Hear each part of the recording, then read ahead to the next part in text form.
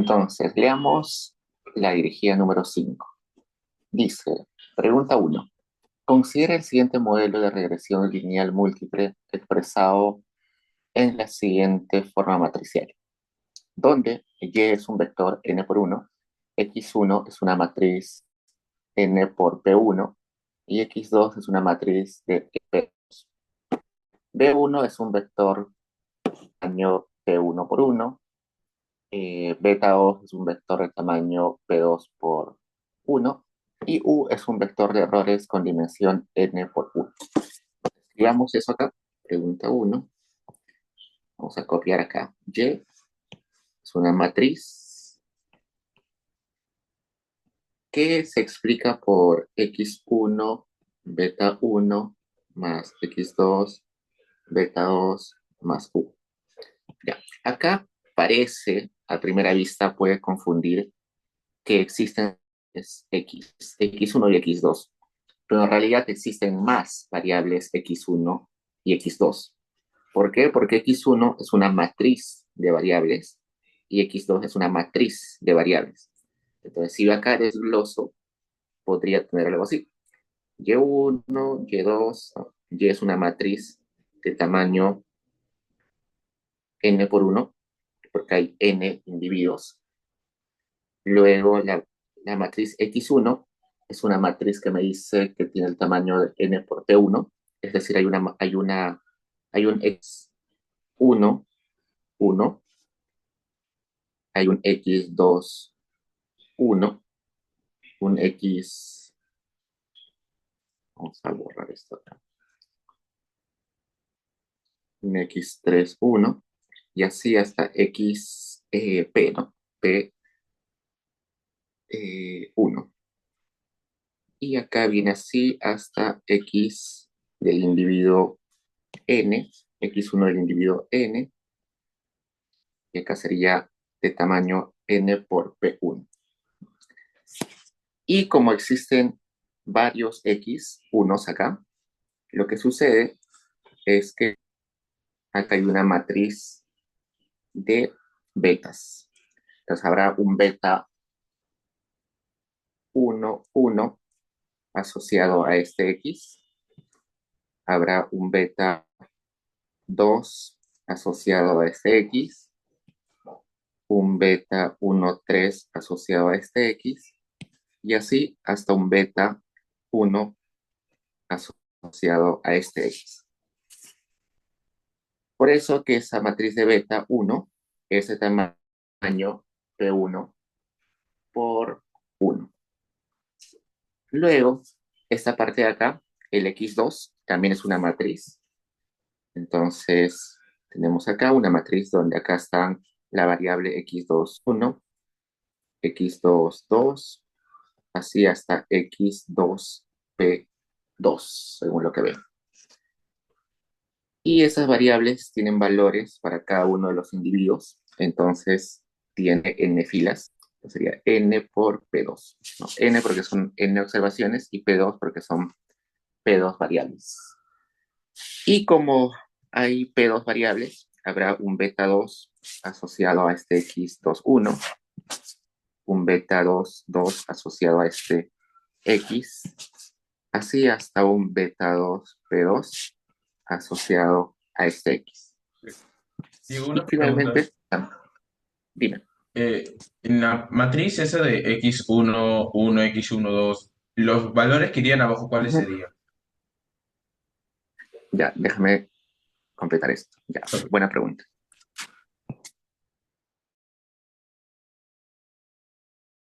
Todos estos valores de acá, pongamos este x1 es estación, experiencia. Este x13 sería edad. Este x1p sería, no sé, género. Entonces, cada fila es asociado a un individuo. Entonces, acá está la ubicación del individuo 1, la individuo 2, la edad del individuo 2, el género del individuo 2, así sucesivamente hasta abajo, hasta acá, la educación del individuo n, experiencia del individuo n, edad del individuo n y género del individuo n.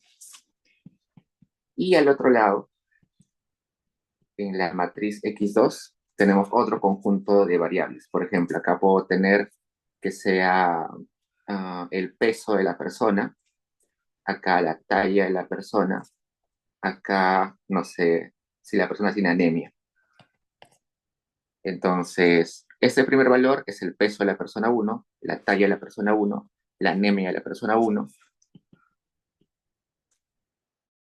En la persona 2, la talla de la persona 2, el nivel de anemia de la persona N. Pero la persona 2. Peso de la persona 2, talla de la persona 2, anemia de la persona 2. Así hasta que acá abajo aparece peso de la persona, talla de la persona. Entonces, cada uno de los betas, por ejemplo, de esta matriz, sería este beta es el efecto marginal del peso, este beta 2 el efecto marginal de la talla, este beta 2P2 el efecto marginal de la anemia. Es decir, este beta 1 sería cuánto incrementa el Y si el peso de la persona aumenta en una unidad. Este beta 2, cuánto aumenta el valor de Y si la talla de la persona aumenta en una unidad. Entonces, ¿qué está sucediendo acá? Lo que sucede es que tengo varias variables, solamente que para este ejemplo estoy separando las variables en dos grupos. Por ejemplo, acá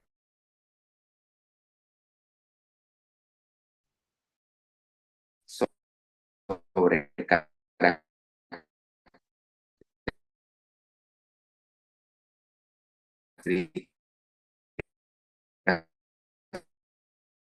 antropométricas como peso y mis variables en dos grupos.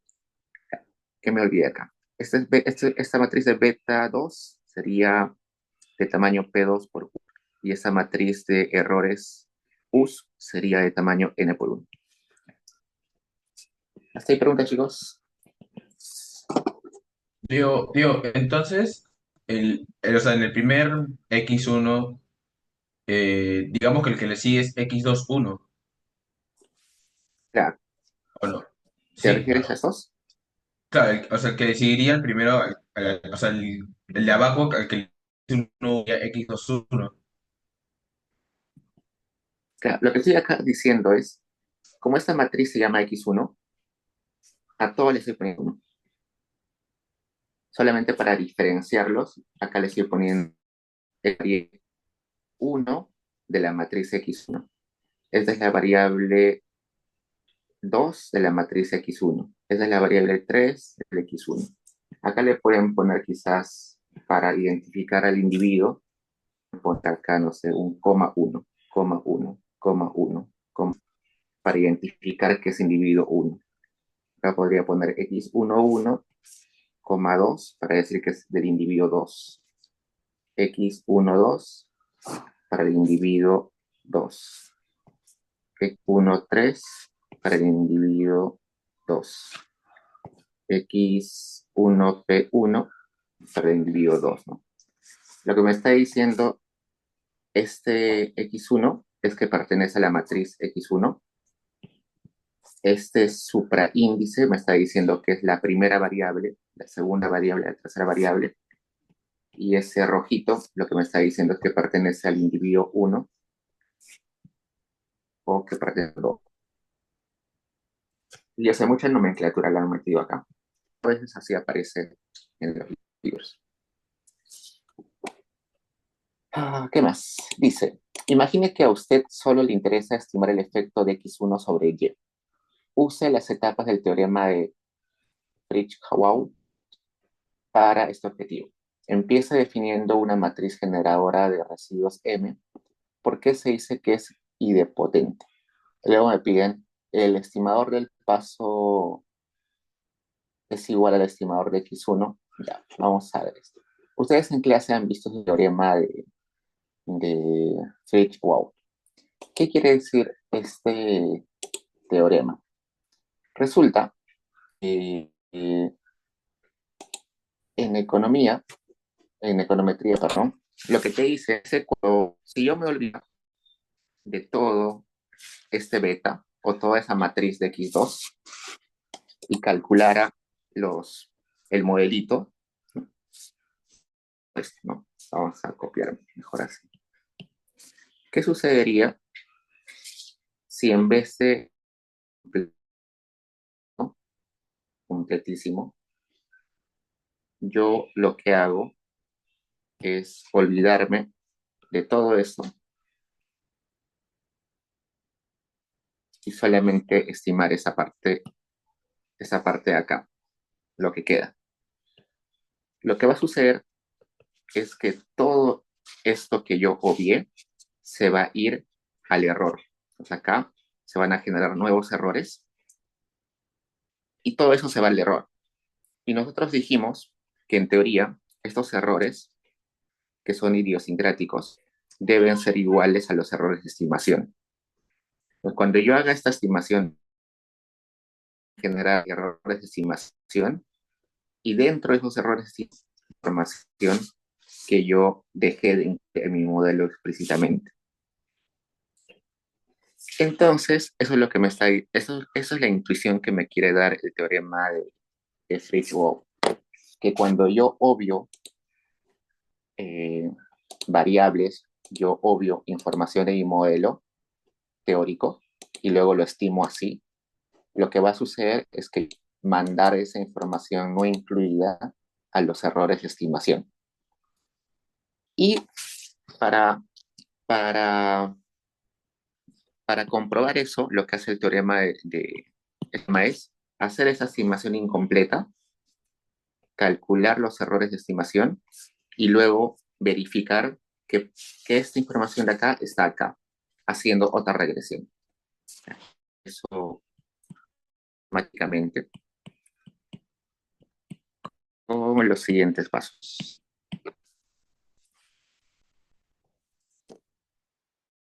Vamos a definir una matriz M que le vamos a llamar una matriz generadora de residuos. Generadora de residuos. Esa matriz es una matriz simétrica y que además, si yo multiplico esa matriz por la misma matriz. Es decir, si yo multiplico M por M, me va a dar la misma matriz M. Ya, eso va a ser una característica. ¿De dónde saco esa matriz? Vamos a ver en un rato de que se puede calcular, pero por el momento solamente vamos a decir que existe una matriz M. Entonces, el paso 1 del teorema te dice lo siguiente. Te dice, vamos a eliminar el efecto de la matriz X sobre la matriz Y. Entonces, voy a estimar este modelo Y es igual a X2 por beta 2 más U. Si se dan cuenta, esa, esa expresión que he puesto Y es igual a X2 beta 2 más U, solamente está estimando esto versus esto. Se está olvidando de este beta 1. También podría hacerlo al revés, como yo les comenté hace un rato, contra esto y olvidarme de esto. Para eso que utiliza el libro de vamos a eliminar esto y solamente regresionar esto contra esto. Y al regresionar eso contra eso, se va a generar unos errores de estimación, donde en teoría toda esta información que no ha agregado va a estar ese error. Entonces, digamos lo siguiente, estimar ese modelito de MCO. ¿Se acuerdan que cuando yo estimaba por MCO un modelito de matrices, me salía que el beta 2 Profe, estado iba a ser sí, una pregunta. Ahí no sería eliminar el efecto de X1 sobre Y, el efecto. porque ¿A qué está te eliminando X1 refieres? y se queda con X2. Ah, no, espera un rato, vamos a explicar un rato por qué se dice eliminar el efecto de X2 sobre Y. Dame un segundo. Cuando yo estimo ese modelito por MCO, lo que me va a salir, ¿se acuerdan que cuando yo tenía un beta MCO era X transpuesta por X a la menos uno por X transpuesta por Y? Aplicando eso acá, me quedaría X2 transpuesta por X2 a la menos uno por X2 transpuesta por Y, ¿no? Luego de hacer la estimación por MCO, me sale eso. Y nosotros recordamos que los errores de estimación eran simplemente la resta, bueno, la matriz de errores decían, era la resta de los Y observados menos la matriz de Y observados, ¿verdad? La matriz observados, que era Y1, Y2, hasta YN, menos la matriz de los Y estimados, Y1, Y2, hasta YN, sombreritos, donde esos Ys, o esa matriz de Y estimados, salía gracias a lo siguiente. Esa matriz, que era la matriz de Y estimados, era simplemente mi modelito X2 por beta 2, pero donde yo utilizo mi estimación de X2. Entonces, si yo hago este cálculo del beta estimado, logro estimar mi Y estimado y con eso puedo calcular mi matriz de errores. Una vez que tengo mi matriz de errores, que voy a llamar en este caso errores Y, va a ser igual a Y por la matriz M. ¿Por qué? Deme un segundo, voy a conectarlo. Voy a conectar la tabla.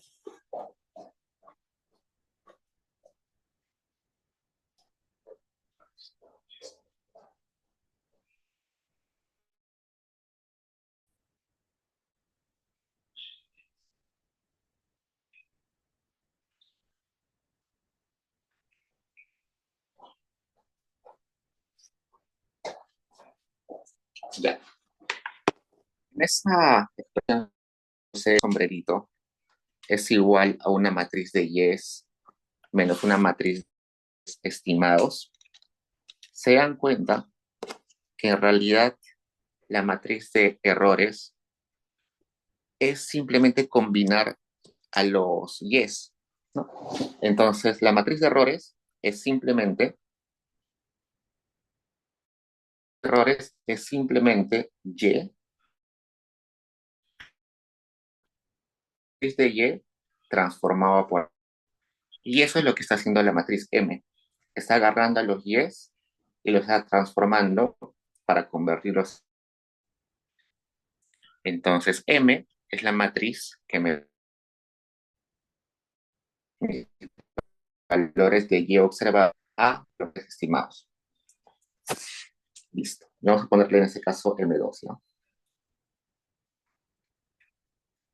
Hasta ahí preguntas, chicos. ¿Se podría repetir? Entendí. O sea, si lo puedo repetir, por favor. Me quedé en la parte en la que haces la matriz de errores, en la que restas el Y menos el Y estimado. Ya. Y Entonces, una vez que he estimado esto, eh, beta 2, mi matriz de eh, beta 2, matriz de beta 2 estimado, yo puedo calcular mi Y estimado, porque mi Y estimado era X2 por la matriz de beta 2 sombrerito. Luego, si yo quiero sacar los errores o la matriz de errores de mi estimación, lo que tengo que estar es mi matriz de Y observados menos mi matriz de Y estimados. ¿Y qué más? Pero resulta que yo me doy cuenta acá que la matriz de errores es simplemente los valores de Y que le he hecho alguna transformación. ¿Qué transformación le he hecho? Le he restado algunos valores que estaban en esta matriz. Por eso es que estoy definiendo acá que ese error de estimación es simplemente los valores de Y transformados de alguna forma. Esto me está diciendo que estoy transformando de alguna forma.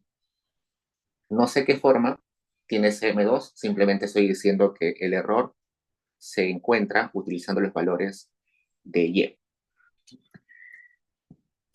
Listo. Entonces, ¿qué más? ¿Qué puedo hacer acá? Y, ah, ah, ah. Luego, acá tengo mi matriz de errores.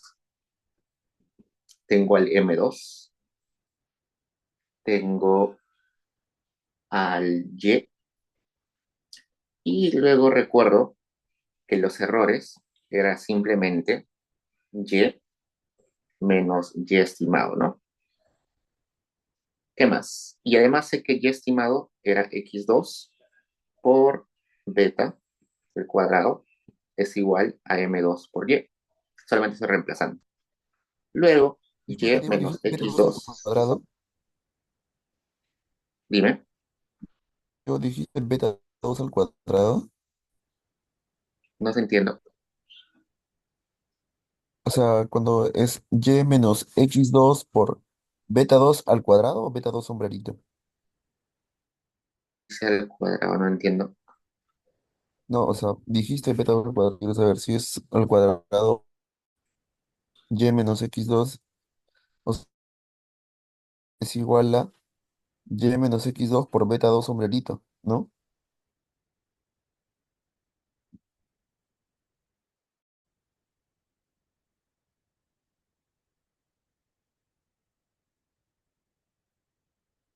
Digo,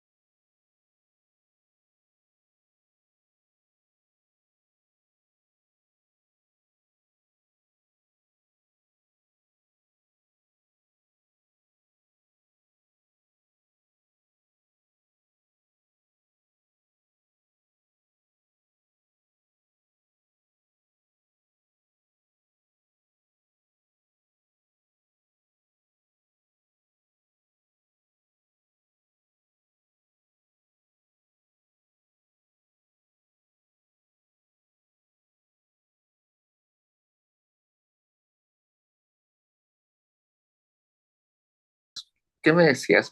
¿Me repites, por favor? mm, se ve tu pantalla bien.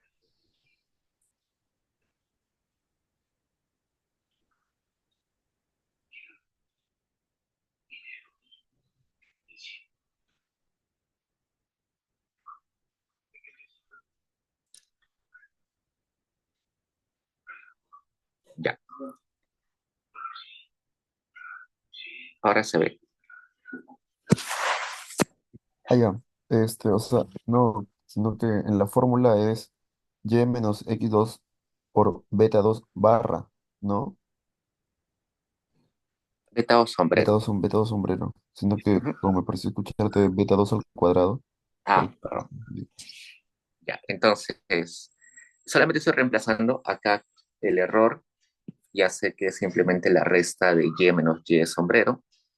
Está acá. Y sombrero, sé que es X2 por beta 2 sombrero. Y ahora beta 2 sé, según mi estimación, que era X2 transpuesta por X2 a la menos uno por X2 transpuesta por Y es igual a M2 por Y. Listo. Ahora la idea es dejar solito al M2. Vamos a buscar la forma de despejar M2. Como son matrices, tengo que tener cuidado. Entonces voy a poner esto al revés, MY, Y menos X2 transpuesta por X2 menos uno X2, Y. Entonces, ¿qué podría hacer ahí? Podría multiplicar la matriz inversa de Y. Acá, Y a la menos uno de inversa, ¿no? Acá también Y inverso y acá Y inverso. Y por Y inverso es matriz identidad, así que sería acá M2 por identidad, acá también sería identidad, menos X2 por X2 transpuesta por X2 a la menos uno X2 transpuesta, y acá también identidad. Y nosotros sabemos que cualquier matriz multiplicada por y es simplemente la misma matriz, así que sería M2 es igual a identidad menos X2 por X2 transpuesta por X2, todo eso inverso por X2 transpuesta. Ya. Entonces hemos encontrado la matriz X, la matriz M2. Y cuando nosotros definimos acá arriba que existía una matriz M2, no sabíamos qué forma tenía. Ahora ya la tenemos. Ya sabemos que M2 tiene esa forma. Listo. Entonces, eso es el paso 1 que te propone, eh, que te propone nuestro amigo, el teorema. La idea de ese paso es decir, voy a encontrar una matriz M2 que me permita solamente tener el efecto de X2 sobre Y. ¿No? Entonces, ese M2 solamente tiene al X2, no tiene al X1. Luego, en el segundo paso, paso 2, lo que vamos a hacer es eliminar el efecto de X2 sobre X1. Eh, Entonces, Digo, una pregunta. La matriz M2 voy a tener una matriz que elimine, ¿qué cosa era? esta matriz 2 solamente está hablando del efecto de, bueno, ese M2, ¿se acuerdan que, vamos a regresar acá?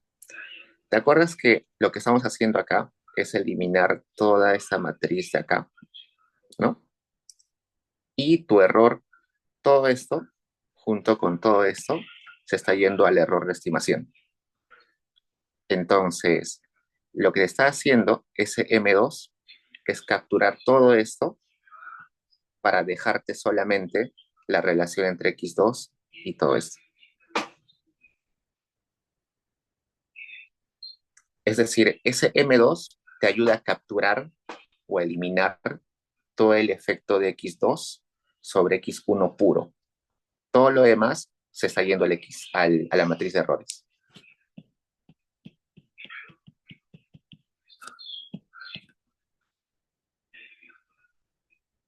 Entonces, el siguiente paso del método o del teorema es plantear lo siguiente. ¿Qué pasaría si yo estimo o explico el X1 en base solamente al X2? O sea, acá lo que estoy haciendo es olvidarme de los yes y solamente hacer una regresión entre esto versus esto. Entonces, regresemos. Y acá voy a plantear lo siguiente.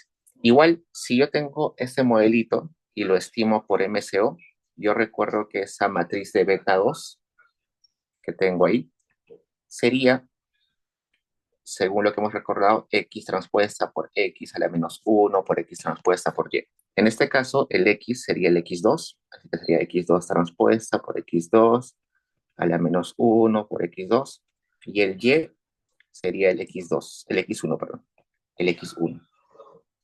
Entonces tengo eso.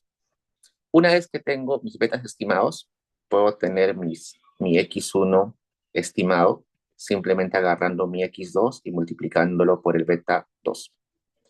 Y si ya tengo mi X1, mi matriz de X1 observado y mi matriz de X1 estimado, puedo tener mis errores de esa estimación, que en este caso lo voy a llamar error X1. ¿Qué más? Igual que en el paso anterior, yo puedo definir un M2, es decir, puedo decir, yo he visto acá que los errores simplemente es agarrar los valores de X1 y hacerle alguna transformación. Entonces, yo defino teóricamente que existe una matriz M2 que simplemente transforma la matriz X1 y con eso llegas a los valores de los errores. Y ahí yo podría también calcular la matriz M2. ¿Qué más? ¿Qué más?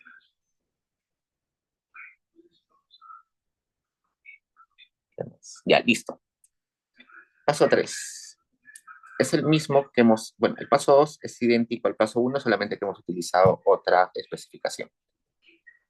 ¿Qué sucedería si yo hago esta regresión?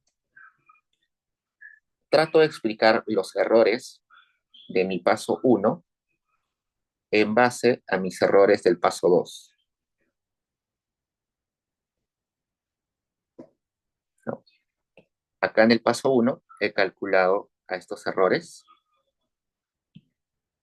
y acá en el paso 2 tengo otros errores.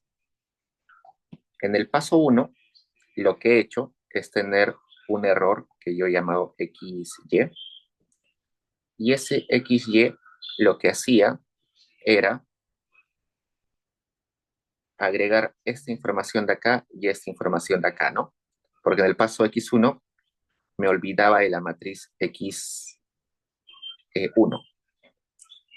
El error del paso 2, que es el error X1, lo que está haciendo es solamente estimar X1 con X2, X1 con X2, así que ahí al error se está yendo toda esta información de acá y también esta información de acá. Entonces, ¿qué pasaría o qué información debería partir con este error? ¿Comparten alguna información? Veamos qué información compartir. Aplicando MCO acá, yo tendría que mi beta 1 es las independientes, que sería EX1 transpuesta, EX1, todo es su inversa, EX1 transpuesta por la dependiente, que es error de la Chies. Listo. ¿Qué más? Una vez que tengo, yo recuerdo que esta expresión de acá, yo la conozco, está acá. Yo copio, sería 2 por X1 transpuesta por M2 X1, todo es su inverso. M2 X1 transpuesta por EY. EY yo lo tengo acá. M2 por Y. M2 por Y. Operando ahí, vamos a ver qué sucede. Si yo opero ahí, tendría lo siguiente. Transpuesta de una multiplicación es transponer cada uno de los elementos, solamente que en sentido inverso. Quedaría esto. Acá también, transponer una multiplicación es transponer cada elemento, solamente que en sentido inverso. Y hace un rato, nosotros dijimos que esa matriz M2 era una matriz simétrica, y además que es simétrica, si yo multiplicaba la matriz por la misma matriz, bueno, primero, si es simétrica, la matriz es la misma matriz, ¿no? Por propiedad, una matriz simétrica, si yo la transpongo, es la misma matriz. Si yo transpongo una matriz, es la misma matriz. Y además dijimos en el enunciado que por definición M2 por M2 sale el mismo M2. Pues acá tendría beta 1, X1, M2, X1 menos 1, X1, M2, Y.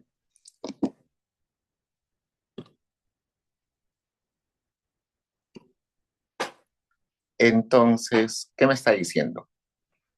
Me está diciendo que ese beta 1 que yo he calculado ahí, de esa regresión final, es simplemente los X1s y los Ys. Ahí no aparece el X2.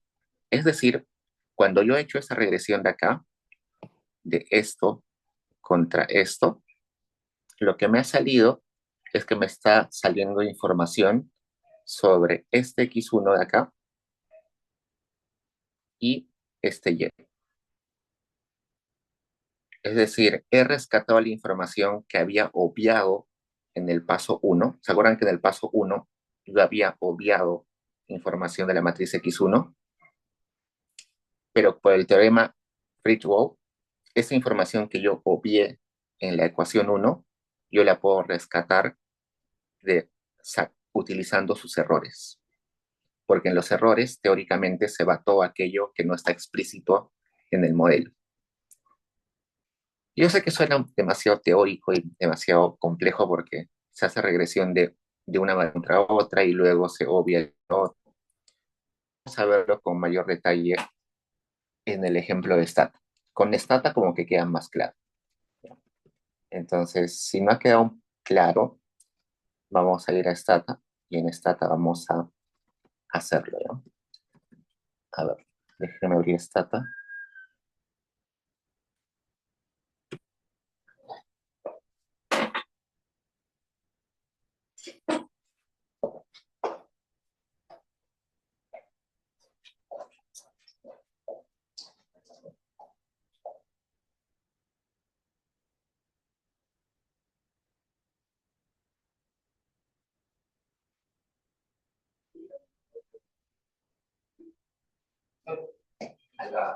Donde se la trotadora, ¿no?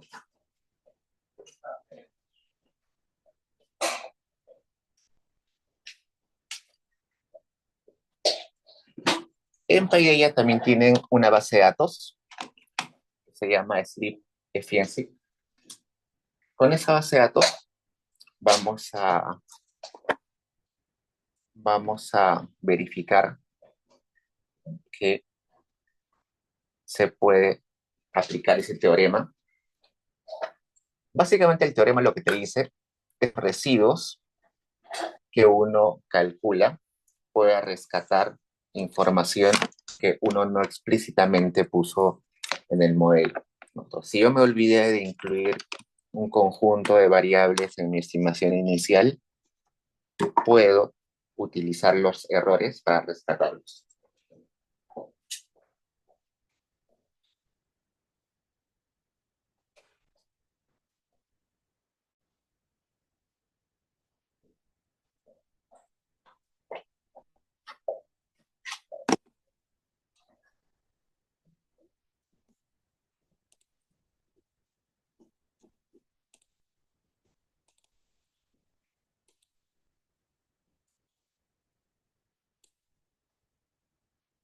Acá tenía algunas preguntas.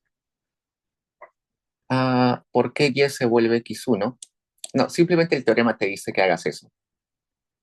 Que ya no expliques el y en base a los x, sino que expliques la relación entre el x1 y el x2.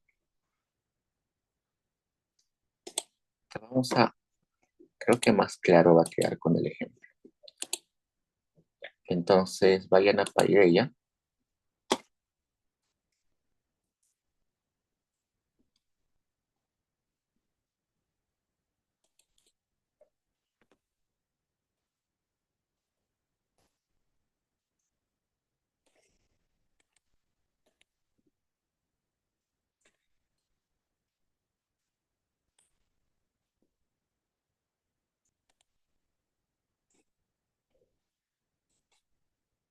Copian todo esto.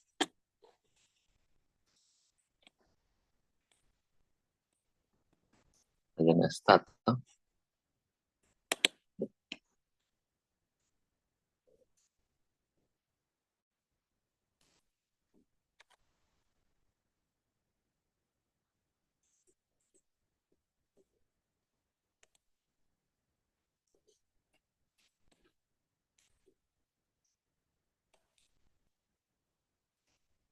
Ya.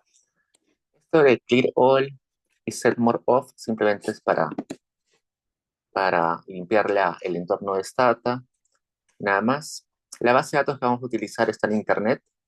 Así que acá está la dirección de internet donde está la base de datos y la estoy importando. Abro la base de datos y me doy cuenta que tengo, ¿cuántas variables? Tengo acá 15 variables y 452 observaciones. Leamos. Esta base de datos contiene información sobre patrones de sueño de diferentes personas y mide varias variables relacionadas a la calidad del sueño.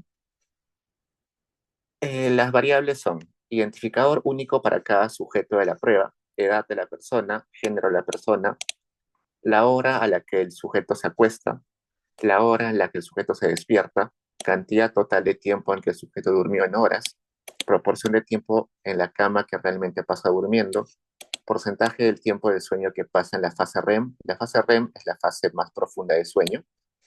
Porcentaje del tiempo de sueño que pasa en sueño profundo, porcentaje del tiempo de sueño que pasa en sueño ligero, número de veces que el sujeto se despierta durante la noche, cantidad de cafeína que consume en las Profe, disculpa, no 24 se horas está viendo antes. nada. Ah, perdón. Ah, ahora,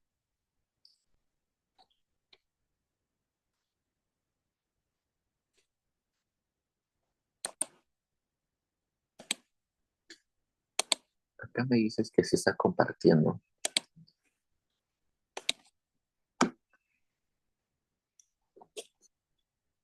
Ya, solamente estoy leyendo lo que dice en el do file, ¿no? Dice, cantidad de cafeína consumida, cantidad de alcohol consumido, estado del fumador, del sujeto de prueba y frecuencia de ejercicio. Entonces, queremos explicar la eficiencia del sueño que está en proporción del tiempo en la cama que realmente pasa durmiendo, ¿no? Está en porcentaje.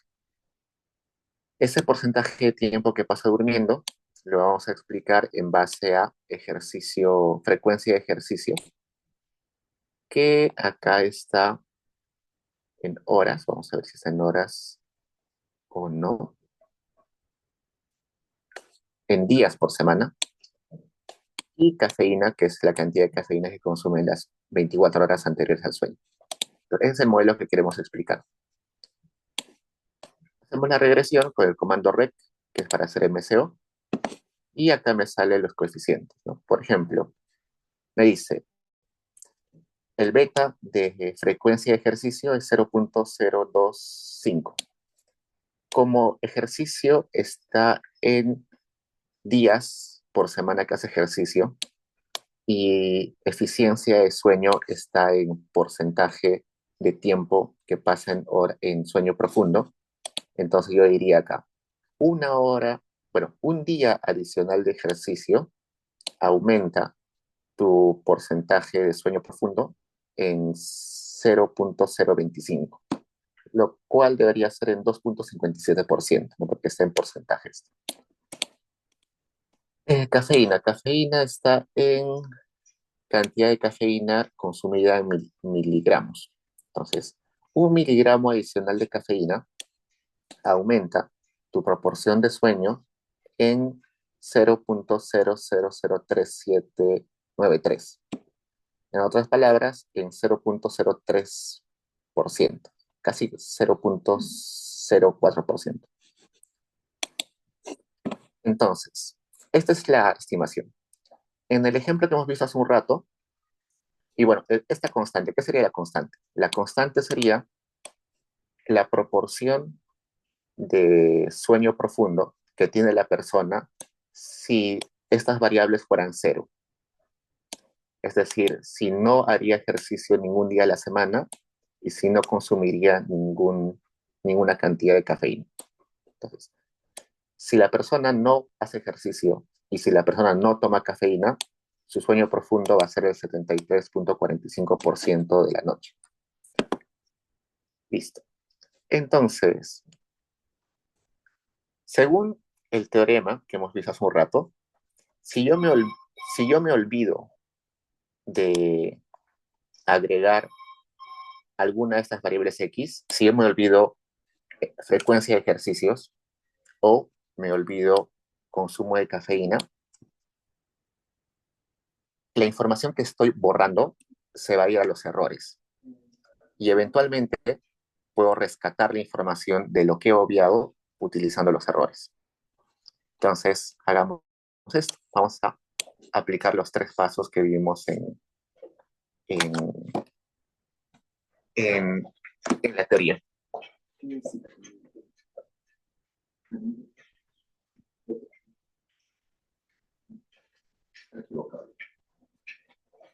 Entonces, acá vamos a hacer la regresión olvidándonos de un conjunto de variables. En este caso, el conjunto de variables es eh, simplemente, bueno, acá está al revés. Debería ser paso 1. Acá nos estamos olvidando de simplemente la variable frecuencia de ejercicios, ¿no? En el ejemplo que vimos, hemos borrado un conjunto de variables. Acá solamente una variable. Entonces corro y me sale lo siguiente. Me sale un coeficiente de cafeína que es distinto al que está acá arriba, ¿no? Este de acá arriba, que es el modelo completo, sería como que el beta más confiable. Cuando he obviado una de las variables, ahora el beta ha cambiado de valor, entonces no sería tan confiable. Cuando yo hago esa estimación, tengo los betas, ¿no? Acá está el beta 0, el beta 1, estimados, los sombreritos, y con esos betas puedo calcular los errores de estimación. Acá está, los errores de estimación. Esos errores de estimación era simplemente la resta del y observado y el y estimado. Algunos son positivos, algunos negativos, algunos ceros. ¿Por qué? Porque a veces el modelito predice por encima de lo observado, a veces por debajo de lo observado. Esos errores, según lo que hemos visto hace un rato, los guardo. Están guardados con el nombre de residual. Y luego voy a hacer el paso 2. Acá lo hemos puesto en desorden, pero vamos a corregirlo. Y en el paso 2, lo que hacíamos nosotros era estimar las variables X. En este caso, ej ex ejercicio, frecuencia de ejercicio y cafeína. Corro eso y acá tengo los betas. Este beta de acá me está diciendo cuál es la relación entre ejercicio y cafeína, ¿no? Me está diciendo que mientras más cafeína, menos ejercicio. Igual calculo mis residuos. En este caso lo he puesto con el nombre de Recit Exercise. Está acá. Pues acá está el residuo de la etapa 1, el residuo de la etapa 2, y ya está. Y finalmente en la etapa 3 lo que me decía es, haz una regresión entre los residuos. Corro. Y acá me sale 0.025. Y coincidentemente, ese 0.25 es, vamos arriba, este de acá. Interesante, ¿no? He logrado en estos 3 pasos calcular el beta de ejercicio sin haber corrido el MCO completo. ¿Por qué? Porque teóricamente, si yo obvio algún de los betas, en este caso he obviado al ejercicio, la información del ejercicio se va a los errores. Y esos errores eventualmente se pueden utilizar para rescatar esa información de lo que he obviado inicialmente. Este 0.025, si se dan cuenta, es idéntico a este 0.025. Entonces, como se dan cuenta, el teorema sí funciona. La matemática es confusa, es rara. Les recomiendo como que chequen las comprobaciones que hace García, pero la, la enseñanza que les quiere dejar este teorema es que cuando ustedes dejan de incluir variables relevantes a su modelo, toda esa información se va a los errores. Y los betas que van a calcular con el modelo incompleto van a ser betas que no son confiables, ¿no? Este modelo es el modelo incompleto, este beta no es confiable. Pero una vez que tienen los recibos de ese modelo incompleto, pueden utilizarlos para rescatar información del beta que ustedes o de la variable que ustedes no han incluido inicialmente. ¿Hay preguntas, chicos?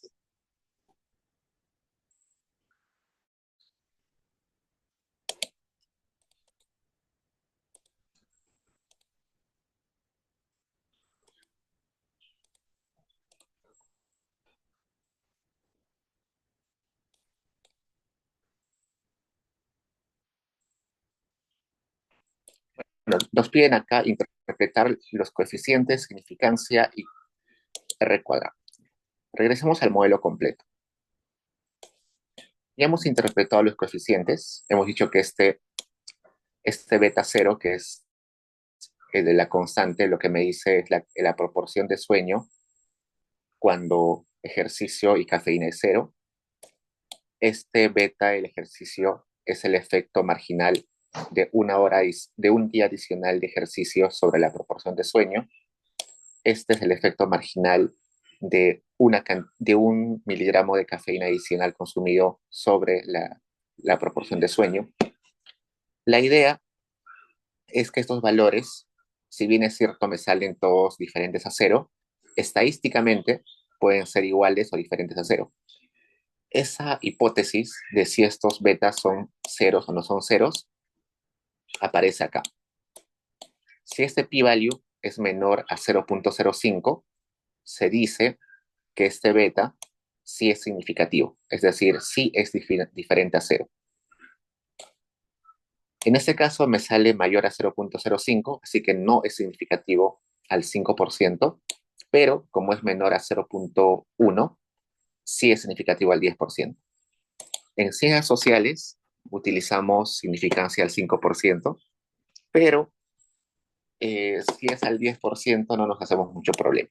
O sea que en realidad ambas variables son significativas si consideramos el 10%.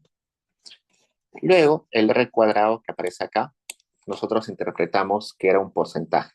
Entonces se interpreta el 8% de la variabilidad de eficiencia del sueño se explica a partir de la variabilidad de la frecuencia de ejercicios y el consumo de cafeína.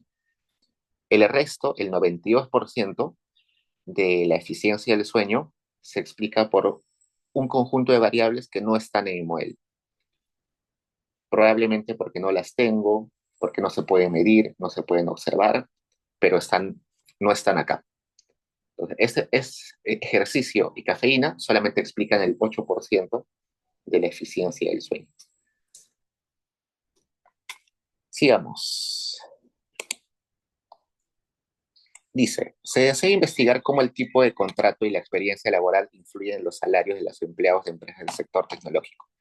Para ello se realizó una encuesta a 2.400 empleados que trabajan en diversas compañías tecnológicas que operan en el desarrollo de software, consultoría y servicio de tecnologías de la información.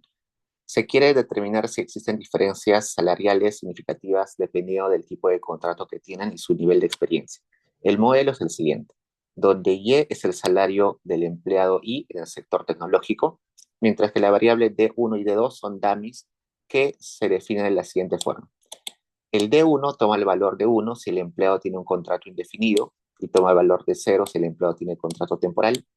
El D2 toma el valor de 1 si el empleado tiene más de 5 años de experiencia y 0 si el empleado tiene menos de 5 años de experiencia. Luego de realizar la estimación por MCO se obtiene el siguiente modelo. Acá me sale que 3000 es la estimación del beta 1. El beta 1 sombrerito es 3000. Pero es el alfa sombrero, que es 3000. El beta 1 es 900. El beta 1 sombrero, ¿no? El beta 1 sombrero es 900. El beta 2 sombrero es 700. ¿Cuál es el salario esperado para cada tipo de empleo en el sector tecnológico? Interprete los coeficientes, ilustre gráficamente el modelo. Pues regresemos a la pizarra. Esta parte ya es más sencilla.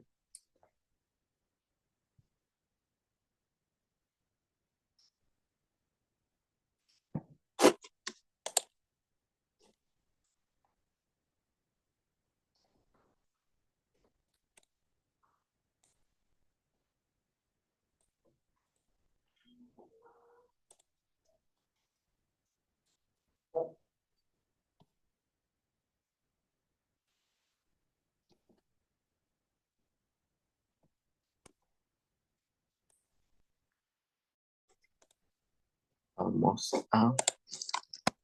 Tengo Y es igual a alfa más beta 1 por D1i más beta 2 de 2i más el error i. ¿Qué sucede si yo pongo acá esperado del Y1, dado que D11 es igual a 0 y que D2i es igual a 0. Entonces, si reemplazo, acá tendría esperado de alfa más beta 1, D1 es 0, así que acá 0, más beta 2, D2 es 0, más, más 1. Aplicando esto, esperado de alfa es alfa, porque alfa es una constante. Beta 1 por 0, 0, beta 2 por 0, 0, esperado del error 0. Así que vamos a copiar.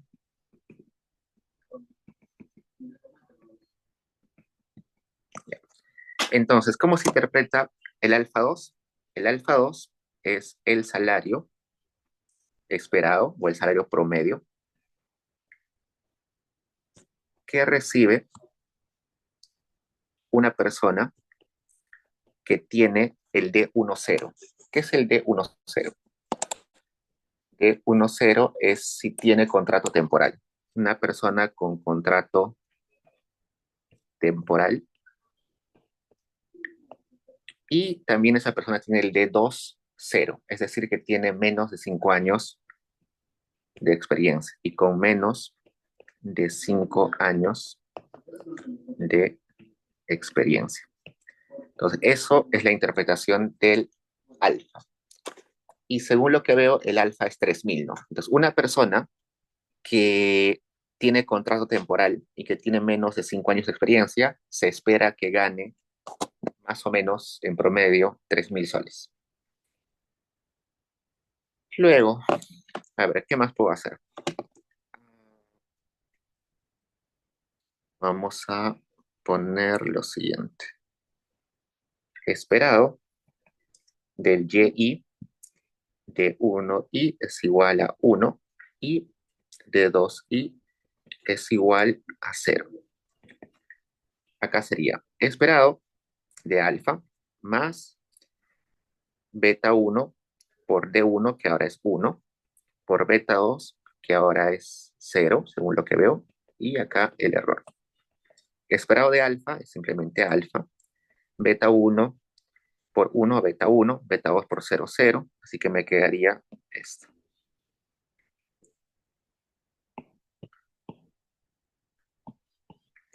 Entonces, ese alfa más beta 1 sería todo esto, sería el salario promedio que recibe una persona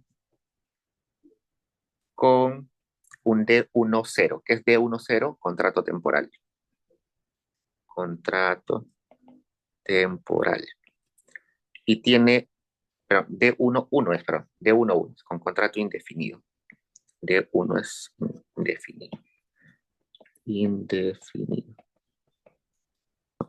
Y tiene D20, D20 es que tiene menos de 5 años de experiencia. Y con menos de 5 años de experiencia, ¿no? ¿Qué sucede si yo resto esto?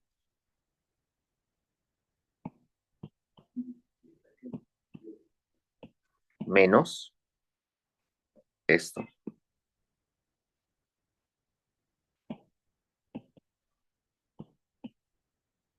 El primer elemento era alfa más beta 1 y el segundo elemento alfa. Me queda beta 1. Esto de acá es esto de acá, que era el salario promedio que recibe una persona con contrato indefinido y con menos de 5 años de experiencia. Esto de acá era lo de acá, que es el salario promedio que recibe una persona con contrato temporal y con menos de 5 años de experiencia. Si yo resto esos elementos, me queda beta 1. Entonces, beta 1 se interpreta como el salario adicional que recibe una persona con contrato indefinido en comparación a una persona que tiene contrato temporal para todas aquellas personas que tienen experiencia menos de 5 años. El beta uno, vamos a poner acá, se interpreta como el salario adicional que recibe una persona con contrato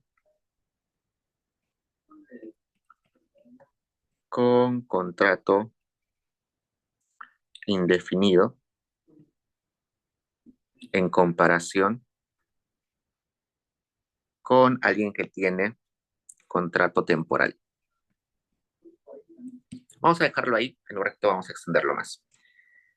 ¿Qué más? A ver, ¿puedo hacer otro ejercicio acá?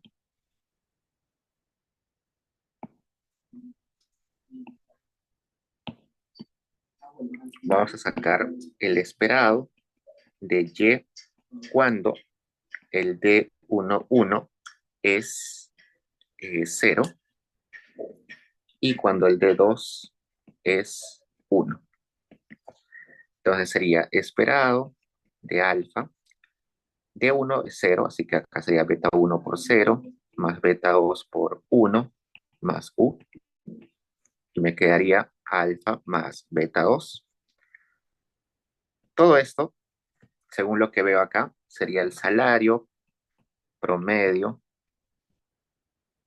que recibe una persona con 1, 0. De 1, 0 es contrato temporal, ¿no? Persona con contrato temporal. Y con D21, D21 es con más de 5 años de experiencia. Luego también hago el ejercicio de poner acá EY 0. Y acá también puedo poner 0.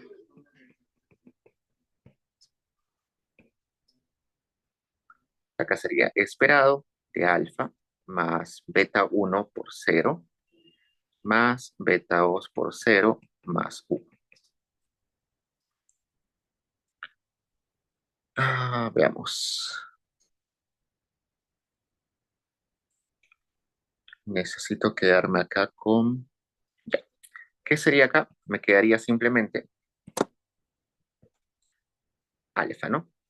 Que sería el salario promedio que recibe una persona con contrato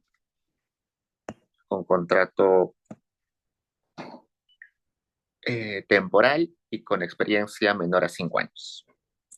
Entonces, si yo resto esto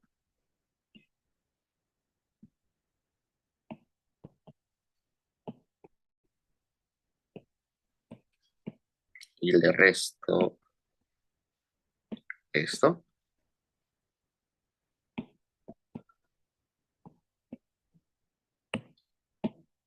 me quedaría alfa más beta 2 menos alfa y me queda beta 2. Entonces, ese beta 2 es la diferencia entre el salario que gana una persona con contrato temporal y con más años de experiencia en comparación de una persona que tiene menos años de experiencia, ¿no? Ese beta 2 es el salario adicional que en promedio recibe, el salario adicional que en promedio recibe una persona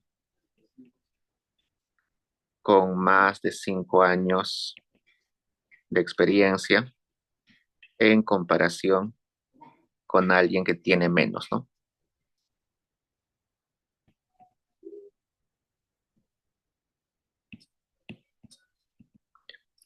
Y así pueden ir comprobando aplicando esperados, pero la idea es que al final la conclusión sale que el alfa es simplemente el salario de una persona que tiene trabajo temporal y con menos de 5 años de experiencia. El beta 1 es el salario adicional que gana una persona si tiene trabajo indefinido. Y el beta 2, el salario adicional que recibe una persona si tiene más de 5 años de experiencia. Ese beta 2, según lo que veo, es 700. y ese beta uno es 900. Entonces, resulta que si una persona tiene contrato temporal, va a ganar en promedio más, pero si una persona tiene contrato indefinido, en promedio va a ganar 900 soles adicionales.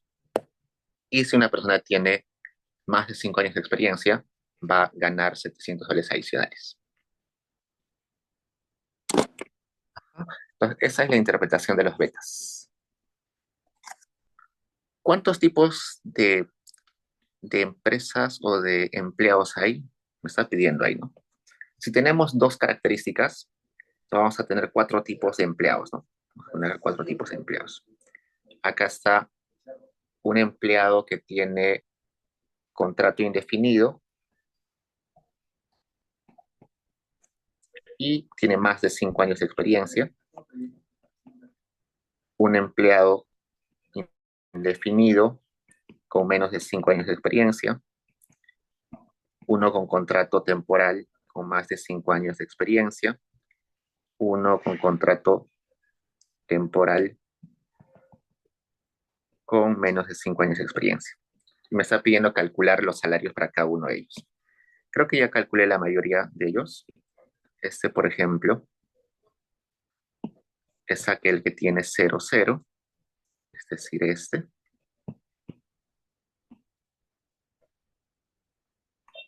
Este de acá, de 1, acá. ¿Qué más calculé por acá? Calculé este también.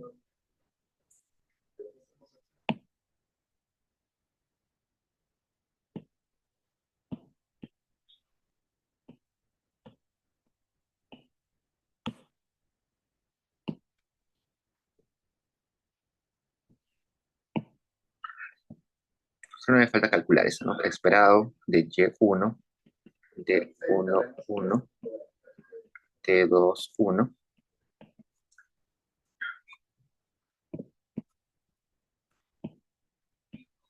Y acá me saldría alfa más beta 1 más beta 2. Según los datos que me dan en el ejercicio, alfa era 3000,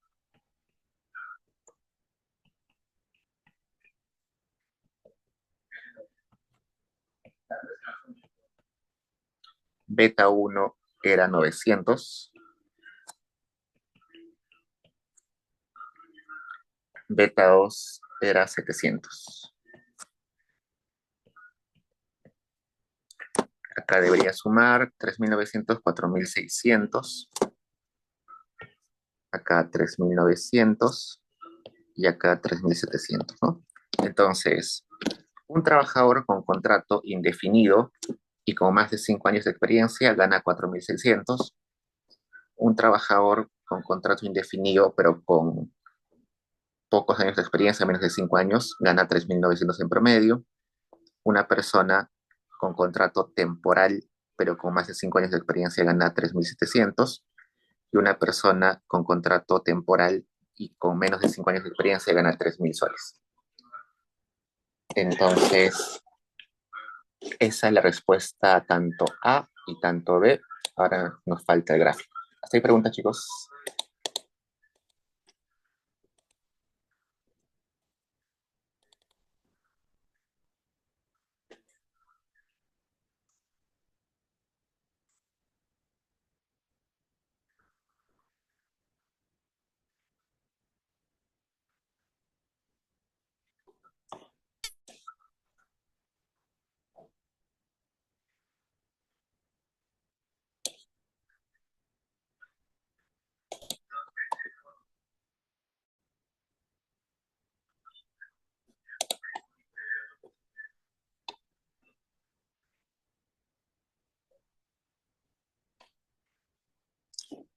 Para el gráfico, vayámonos a,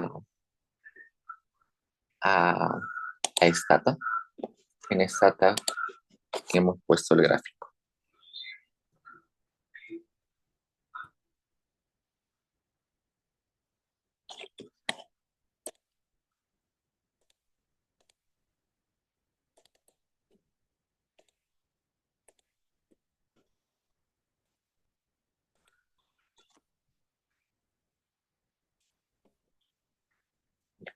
hemos puesto en pregunta 3. Esos valores que les he puesto en, en la pizarra están acá.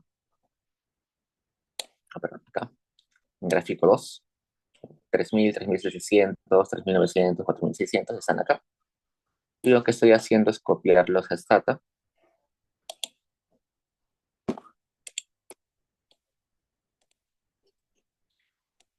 Y luego estoy haciendo un grafiquito. No es necesario que sepan el comando de Stata, solamente que para que visualmente puedan verlo. Está acá. Entonces, en promedio, las personas con contrato temporal tienen menos salarios. A pesar de que tengan más de 5 años de experiencia, ganan menos que alguien con contrato indefinido, ¿no? Y que tiene menos de 5 años de experiencia. Solamente eso queríamos mostrarles ahí.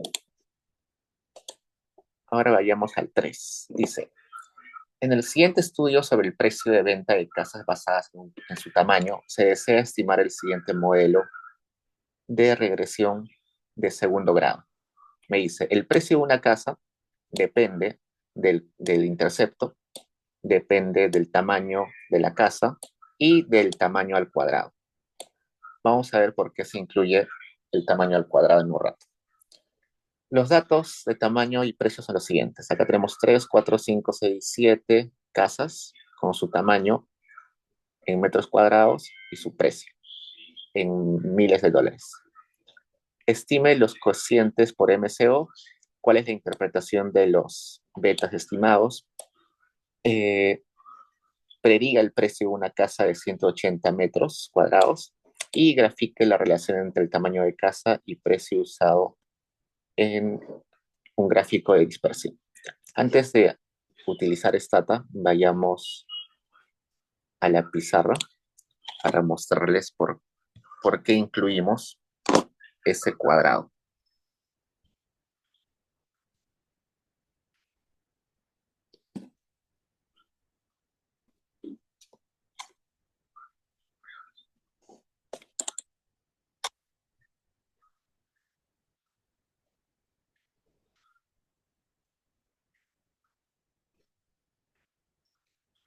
El modelo que me están proponiendo es este. Precio es igual a beta 1 más beta 2, tamaño en metros cuadrados, más beta 3, tamaño al cuadrado, ¿no?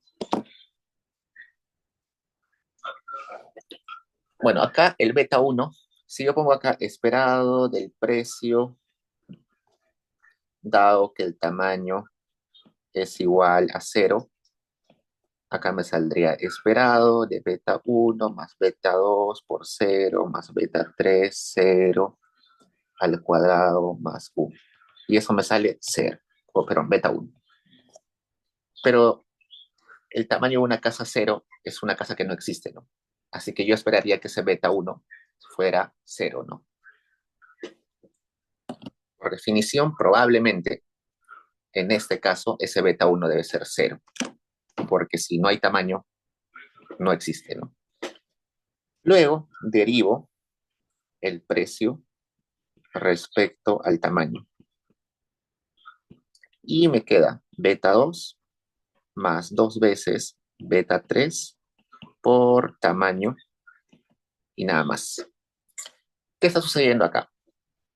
Me está diciendo que mientras el tamaño de la casa aumenta, el precio de la casa aumenta, pero tiene dos canales o dos efectos. Un efecto directo y un efecto indirecto. El efecto directo es un efecto constante que siempre va a ser el mismo y el efecto indirecto depende del tamaño inicial de la casa. ¿Qué quiere decir?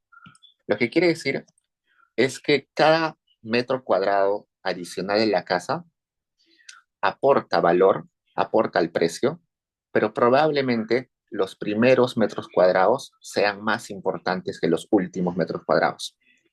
Ustedes imaginan que se compran una casa de 50 metros cuadrados. esa casa de 50 metros cuadrados es bien chiquita, es bien incómoda para ustedes. Si a ustedes les aumentan 1 metro cuadrado más de su casa, ustedes van a estar muy felices, porque en ese metro cuadrado pueden poner un estante, pueden poner un televisor, ¿no? Ese metro cuadrado es muy valioso porque ustedes estaban muy apretados en su casa. El siguiente metro cuadrado también es muy valioso, pero una vez que ustedes tengan su casa ya de 500 metros cuadrados, 1 metro cuadrado adicional ya no es tan importante, ¿no? Ya tienen tanto espacio libre, 1 metro adicional ya no es tan importante. Entonces, este efecto indirecto lo que te está diciendo es que los primeros metros cuadrados pueden ser muy importantes porque son muy valiosos, porque son muy escasos los metros que uno tiene, pero mientras tengas más metros cuadrados, probablemente ya no sea tan importante. Eso calza con la definición de rendimientos marginales decrecientes que ustedes vieron en micro, ¿no? En microeconomía ustedes vieron rendimientos marginales decrecientes, que lo que te decía era que las primeras unidades que uno tenía eran muy valiosas, ¿no? Por ejemplo, o la utilidad marginal decreciente, ¿no? Que el primer helado que yo tomo me satisface un montón, el segundo helado también, pero el décimo, el onceavo helado que yo consuma ya no va a ser tan valioso, ¿no? Inclusive me puede enfermar. Igual, cuando yo tengo una empresa, la primera máquina que compro es bien valiosa, la segunda máquina es bien valiosa, pero llega un momento en que tengo miles de máquinas y comprar una máquina adicional quizás ya no hace diferencia en mi producción. Entonces, esa noción de que las unidades que uno tiene no valen lo mismo o no me generan el mismo efecto, tiene que ver con esa partecita. Por ejemplo, si el tamaño de mi casa es inicialmente 5, vamos a ver, ya, supongamos que el beta 3 es 1, ¿ya? Y el tamaño de mi casa es 5. Entonces acá sería beta 2 más 5 7, ¿no? 10. Entonces me dice que mi casa aumente en 1 metro cuadrado, aumenta el precio en esto. Pero si mi casa hubiera tenido un tamaño de 10 inicialmente, el efecto hubiera sido 20. Beta 2 más 20. Entonces, esto es el efecto de que agregue 1 metro cuadrado a mi casa que inicialmente tenía 5 metros cuadrados. Este es el efecto de agregar a mi casa 1 metro cuadrado cuando mi casa inicialmente tenía 10 metros cuadrados. Entonces, esa es la diferencia y esa es la razón por la cual se pone el cuadrado a una variable. Si este beta 2 es positivo y este beta 3 es negativo, lo que sucede es lo siguiente. Vamos a poner mejor así. Vamos a poner 4 gráficos.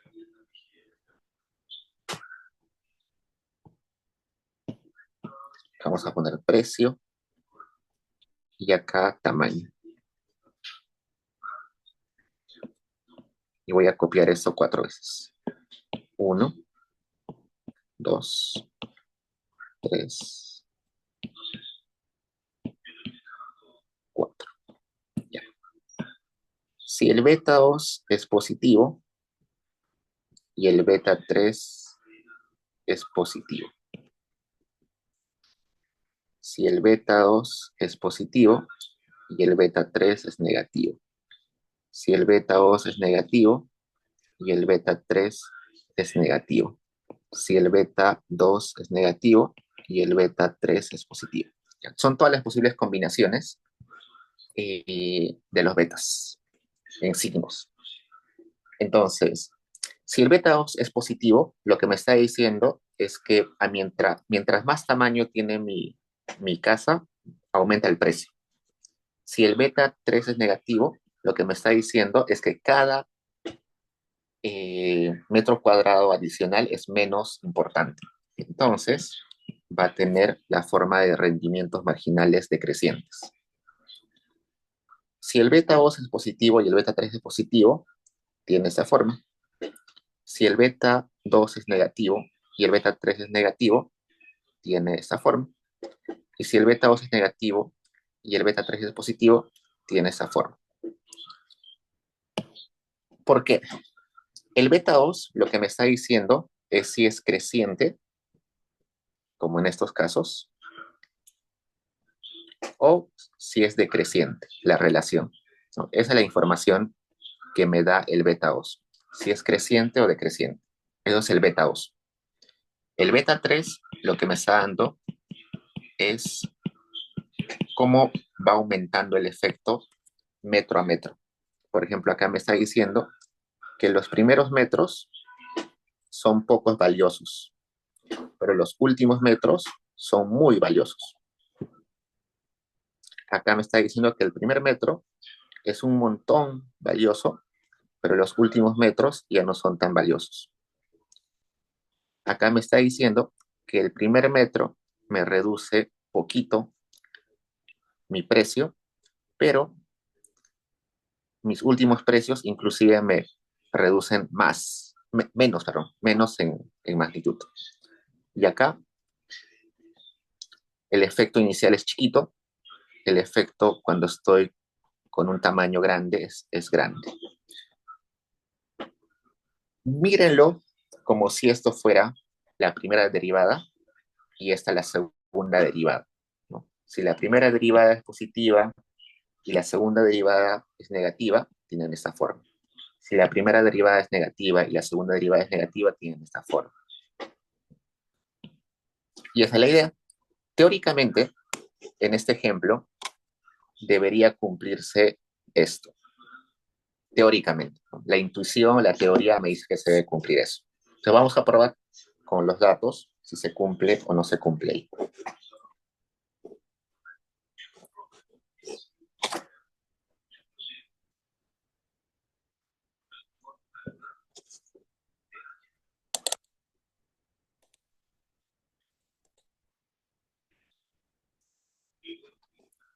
Entonces, en Stata, ustedes tienen acá la pregunta 3, donde acá estamos poniendo los datos. Vamos a generar una variable nueva que sea tamaño al cuadrado. Y vamos a hacer la regresión.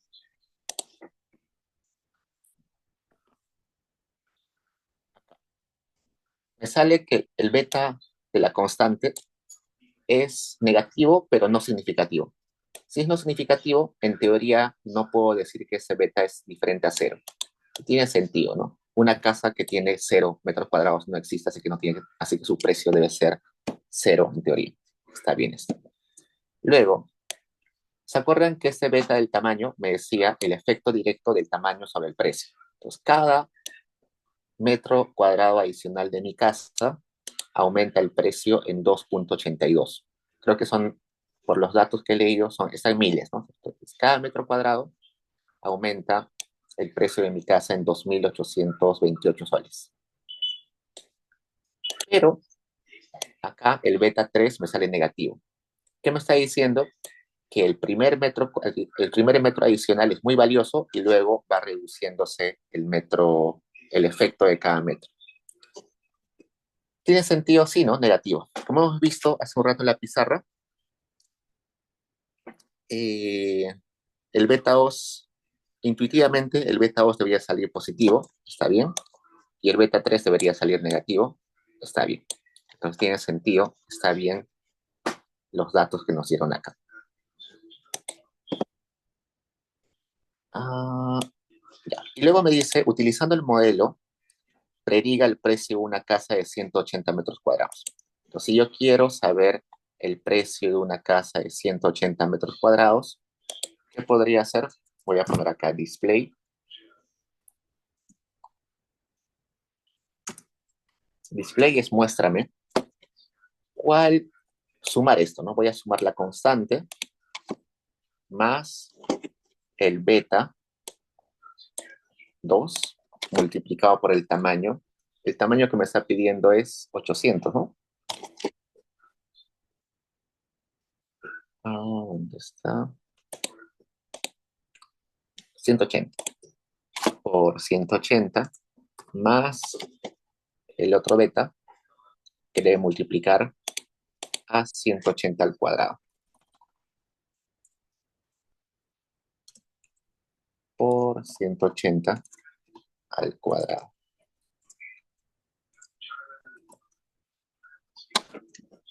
Corro y acá me sale 313.30858. Entonces, una casa de 180 metros cuadrados me debería costar en promedio 313.000 soles, ¿no? Porque eso está en miles de dólares. Listo. ¿Qué más? Grafique las relaciones del tamaño de casa y el precio. Entonces acá voy a hacer un grafiquito de dos ejes, por eso se llama two-way, donde voy a poner tres gráficos. Este que está en paréntesis es el primer gráfico. Es un gráfico de dispersión donde voy a relacionar el precio de la casa con el tamaño. Acá voy a poner un segundo gráfico, porque está en paréntesis todo esto, donde voy a hacer una línea de tendencia entre el precio de la casa con el tamaño. Y acá voy a poner otro gráfico donde voy a poner la línea de la predicción del precio con el tamaño de la casa. Y le voy a poner algunos títulos, no es necesario que sepan eso, solamente es necesario que veamos la intuición del gráfico. Acá está. Entonces, eh, acá está. Los puntitos azules son los valores observados, ¿no? Acá tenía una casa de 50 metros cuadrados que costaba ciento tantos miles de soles. Acá tenía una casa que tenía de 250 metros cuadrados y yo observaba que tenía un precio de tanto. Son todos los puntitos, son las observaciones. La línea, esta roja, sería el MCO, pero el MCO que tendría la forma de, vamos a poner acá, el MCO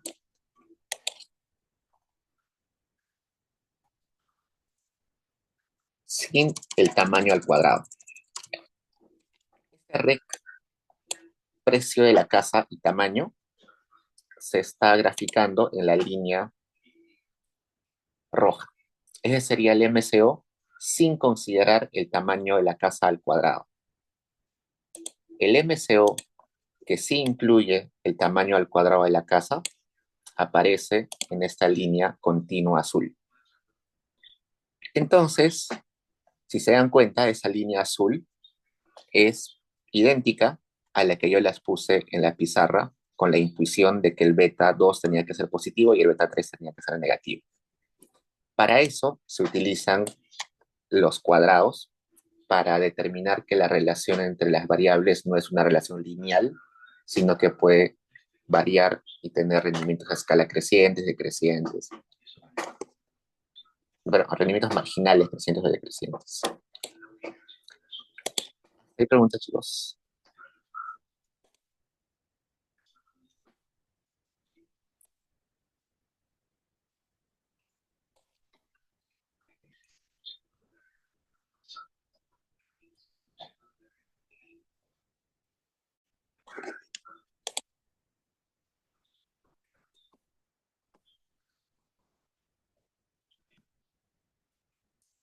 Y Diego, finalmente, una pregunta.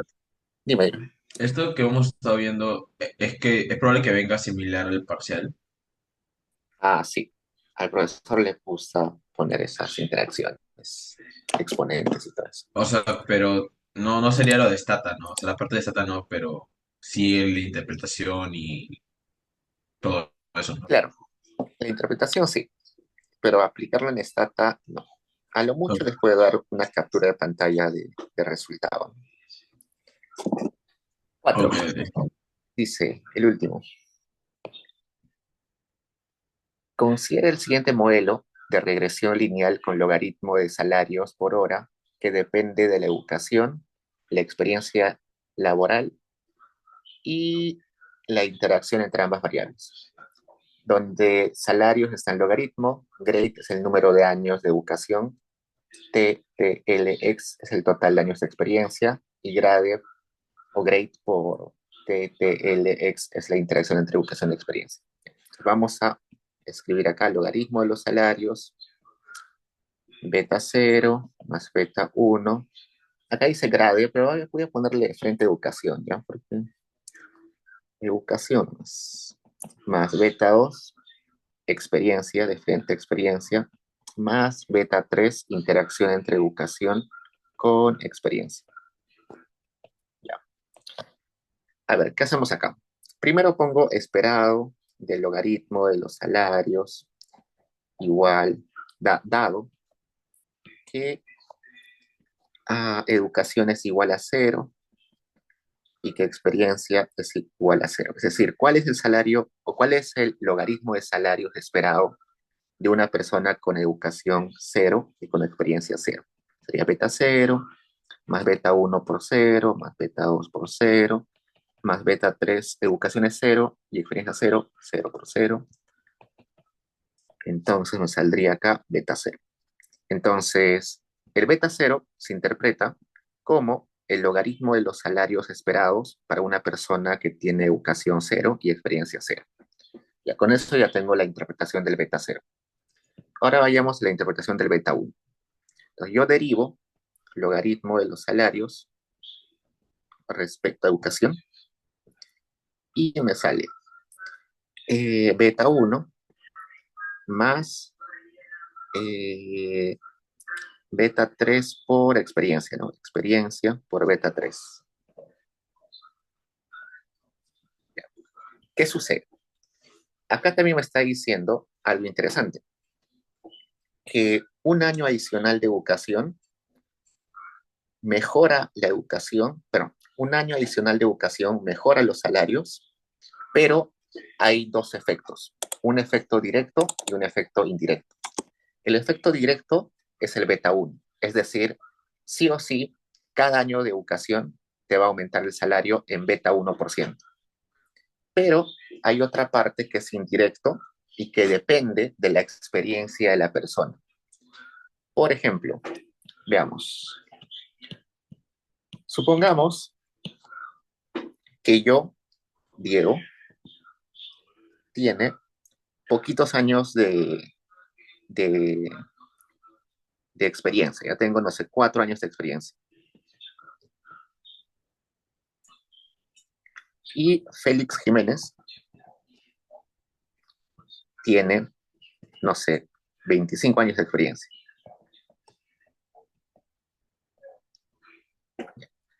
Entonces, que yo estudie un año más de educación, un año más de educación, y que Félix Jiménez estudie un año más de educación, va a mejorar a ambos nuestro salario en beta 1, sí o sí. Si yo hago un año más, no sé, de diplomado, y Félix Jiménez hace un año más de diplomado, va a mejorar los salarios para ambos en beta 1. Pero va a haber un efecto diferencial por la experiencia que tiene él y que tengo yo. Por ejemplo, como yo tengo muy poquita experiencia, probablemente ese año de educación adicional que yo haga en un diplomado no me va a servir mucho porque quizás no entiendo mucho lo que me van a explicar en el diplomado, no tengo muchos contactos, no tengo mucho dónde aplicar lo que aprendo. Entonces, como mi beta acá 3, pero como mi experiencia es chiquita, este efecto indirecto va a ser chiquito. Pero como Félix Jiménez tiene mucha experiencia, esta experiencia de él va a ser grande y por tanto todo esto va a ser grande. ¿Por qué? Porque quizás como él tiene mucha experiencia y aprende algo nuevo, puede aplicarlo con más facilidad eso lo que aprendió, ¿no? Por ejemplo, yo recuerdo que hace un año, creo, trabajé con Félix Jiménez en un proyecto y ambos nos pusimos a averiguar sobre un método econométrico. Aprendimos lo mismo, estudiamos cómo aplicar el método leyendo, pero a mí se me hacía muy difícil aplicarlo para una investigación porque no tenía mucha experiencia en investigación. Pero a él se le ocurrió muy rápido cómo aplicar ese método en una investigación. Entonces, sí, la educación es importante y mejora los salarios, pero está condicionado, el efecto está condicionado a cuánta experiencia tengas. Y por eso que acá aparecen esos dos efectos, ¿no? Un efecto directo y un efecto indirecto condicionado a la experiencia que tengas. Listo. Luego, también puedo derivar el logaritmo de los salarios respecto a la experiencia. Y me quedaría beta 2 más beta 3 por educación. Igual, un año adicional de experiencia aumenta mis salarios de una forma directa, pero también afecta de una forma indirecta que está condicionado a la educación inicial que yo tengo. Por ejemplo, si yo soy Diego y tengo educación, no sé, 16 años de educación, y hay otra persona, no sé, Luis, que tiene 21 años de educación porque hizo el doctorado. Entonces, si yo adquiero un año más de experiencia, probablemente va a aumentar, sí, mis salarios, pero como tengo muy poca educación todavía, entonces no va a ser tan relevante ese año de experiencia. Mientras que Luis, al tener un año adicional de experiencia, va a tener este efecto directo, pero adicionalmente va a tener un efecto más grande que el mío porque su educación es más amplia. Entonces, cuando hay interacciones entre variables, como en este caso, lo que te está diciendo es que el efecto de las variables está condicionado a la otra. Robert, Sí, profesor, disculpe. Mi consulta era si nos piden ayer una cantidad en concreto o lo dejamos en el beta sub cero. como en el beta sub cero. Aquí en la parte superior del ejercicio, ahí después de hacer la esperanza a todo dejo el beta sub cero. Sí, porque todo esto como que se va, ¿no? Que se va, y Ya. solamente es el beta sub cero. O sea, no pedirían ayer una cantidad determinada. Solo lo dejamos así con esa variable. Claro, lo que estoy diciendo es que el beta cero se interpreta como el logaritmo de salarios para una persona que no tiene educación y no tiene experiencia. Entonces, si ese beta 2 en la regresión que vamos a hacer en un rato me sale 1000, lo que me está diciendo es que el logaritmo del salario es 1000 para una persona que no se ha educado nada y no tiene nada de experiencia. Solamente lo dejas ahí. Ok, Supongamos, gracias. supongamos un ejemplo adicional, ¿ya? Que no está acá, pero lo voy a poner. Supongamos que acá pongo educación y acá pongo sexo, donde uno es hombre y donde cero es mujer. Y acá pongo la interacción beta 3 educación, sexo, por sexo más U. Si yo derivo logaritmo del salario respecto a educación, me va a salir beta 1 más beta 3 por sexo. Entonces quiere decir que si yo me educo un año más, aumentan mis salarios en beta 1, pero eso está condicionado a qué sexo yo tenga. Si la persona es hombre, el efecto del logaritmo de salarios sobre educación va a ser beta 1 más beta 3. Pero si la persona es mujer, ese efecto va a ser simplemente beta 1. Entonces, el efecto total de la educación sobre los salarios depende o está condicionado a una característica que en este caso es sexo. Acá atrás, el efecto de educación sobre salarios está condicionado a experiencia y acá el efecto de experiencia sobre salarios está condicionado a la educación. Entonces, a eso se refiere cuando ponemos interacciones.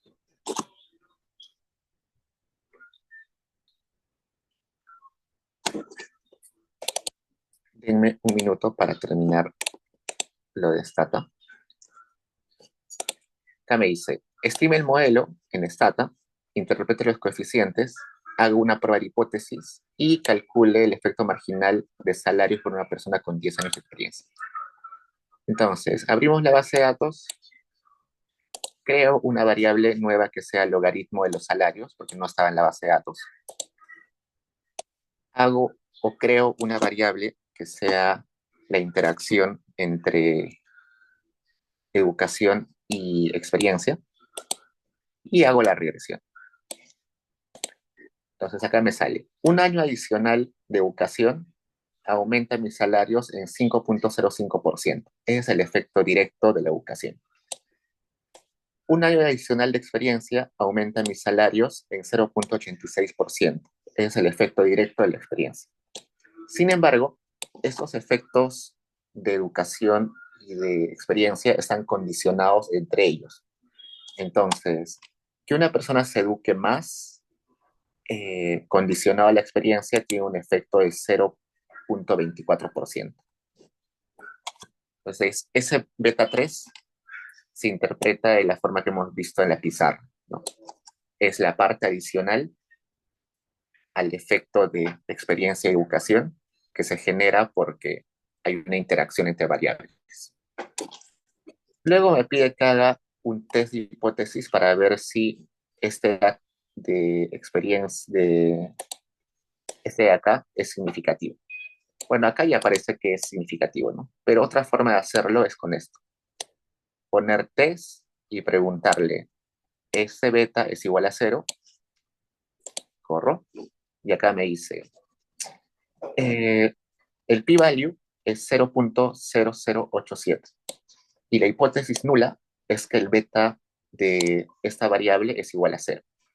Si este p-value sale menor a 0.05, se rechaza la hipótesis nula que aparece acá.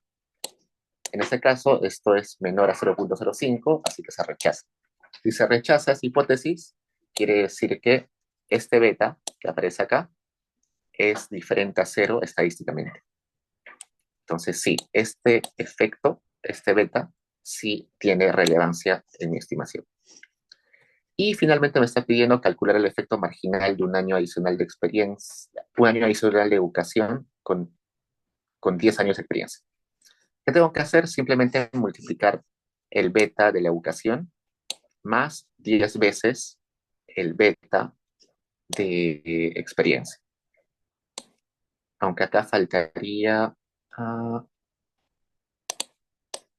está bien. Y acá me sale 0.07. ¿Qué me está diciendo? Un año adicional de educación aumenta los salarios en 5.05%, es el efecto directo, pero el resto, que es más o menos 2%, el que falta para llegar a 7%, ese 2% adicional es el efecto indirecto gracias a que la persona tiene 10 años de experiencia. El efecto total es 7.48%.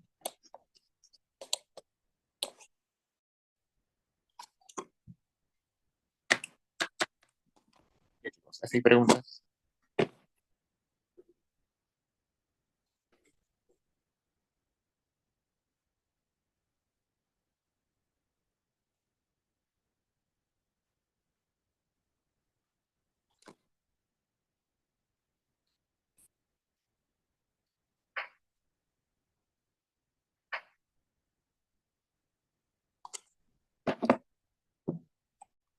Y como acá la interacción sale positiva, lo que te está diciendo es que experiencia y educación se retroalimentan positivamente. Es decir, que si yo tengo mucha experiencia, un año adicional de educación intensifica el efecto.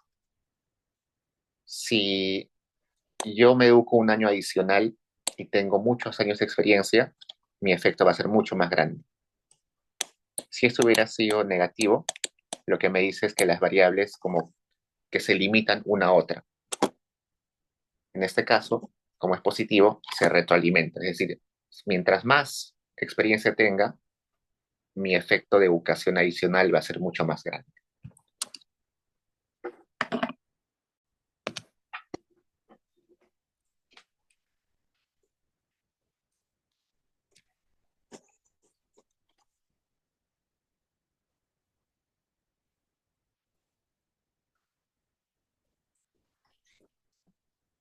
Pregunta, chicos.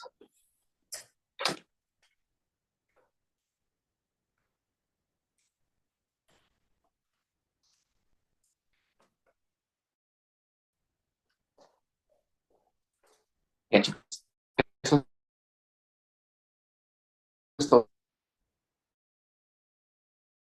A 1 de la tarde.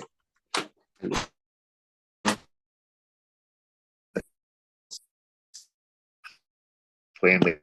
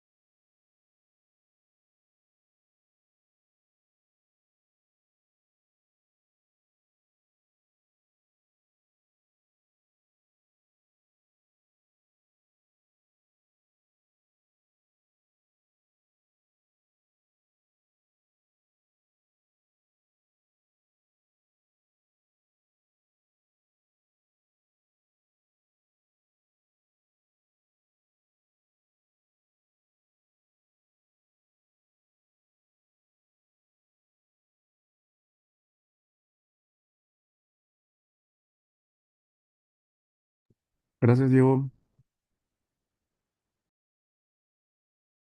Gracias, profe.